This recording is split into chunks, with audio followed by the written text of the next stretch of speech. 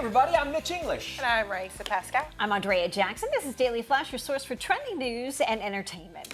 We like to talk about hacks here, right? All the time. All right. All listen, right, yeah. I try really hard at what I do. Oh, you mean hacks like easier? Okay. Yeah, travel hacks. Oh, You okay. travel a lot, right? I do, You travel all the absolutely, time. yeah. So one travel hack is trending on social media, and it's the fisherman's vest.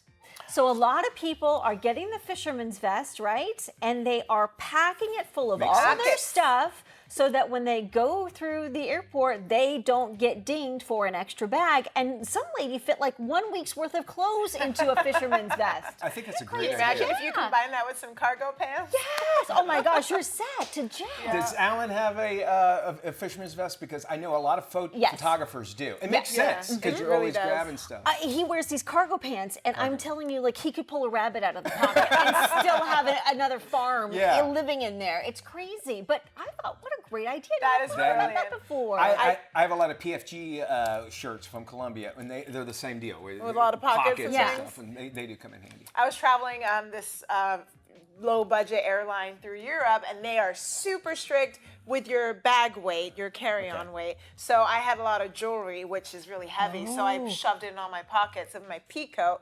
So now I know I could also do a cargo, Do the a fisherman's vest. Yeah. 100%. One gal put her laptop in the back because it had a pocket on the back stop. side. No, I'm kidding. No, I'm not do it. kidding. That's what she did. Do it. And then she put like her jacket in the neck roll. Let me ask you this: Why is there a limit on how much a If carry-on it's bag? still on your person. Right. And, but if you put it underneath the plane, it's a different weight. Yeah. You know what I'm saying? It doesn't make any sense. No, you're right. It's just a way. It's a la carte travel. It really is. But I love that idea. I'm That's gonna a go good buy me one. There you now. go. Good tip there. Well, Microsoft has been ordered to pay a $20 million fine for violating children's privacy laws. The tech giant was found guilty of collecting personal information of children without proper consent. The settlement reached with the Federal Trade Commission includes stricter safeguards to ensure the protection of children's data in the future. This case highlights the importance of safeguarding the privacy of young internet users and the need for tech companies to adhere to privacy guidelines. This latest case involving Microsoft serves as a reminder that privacy violations can have significant financial consequences.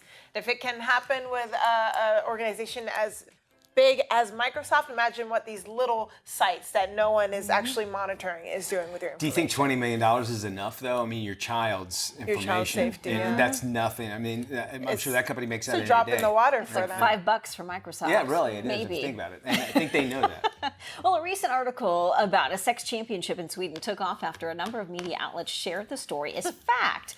So we are here to tell you Sweden has not declared sex as a sport. I know, and they won't be hosting a sex championship. Sorry to disappoint you. The original article was published by a satirical site called Neon Nettle, which is known for its humorous take on stretching the truth.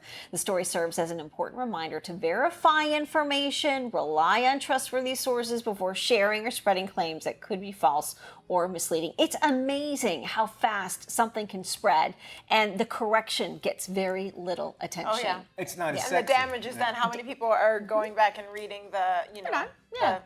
So I always say, you just when you see something you don't believe it, more than likely in this world, it's not true. Yeah. So and I think if you go that way and then do your own research on it, there's great websites. I know Snopes was the biggest one where a lot of people, that doesn't sound right. Go there before you hit send and you see it on your Facebook page and you want to share it. My mom used to be really bad about that. Like, ladies will like forward a bunch of stuff to each other and she would just believe it all. And I taught her how to it's not always true. Like go put the thing in Google and see what actual news articles come up. If it's just random gossip sites. And I still, though, won't flash my high beams if somebody has their high beams on because I don't want a gang to come pull me over as a part of an initiation. Or find a golden arm hooked to your car door. Exactly. If you see one of those, it's, I still won't be able to do that. But it does influence, you do think about it at least. I always say consider the source, too. I remember specifically a story that involved a politician in Florida, and he ended up quitting his job because his ex-wife, in an effort to get back at him,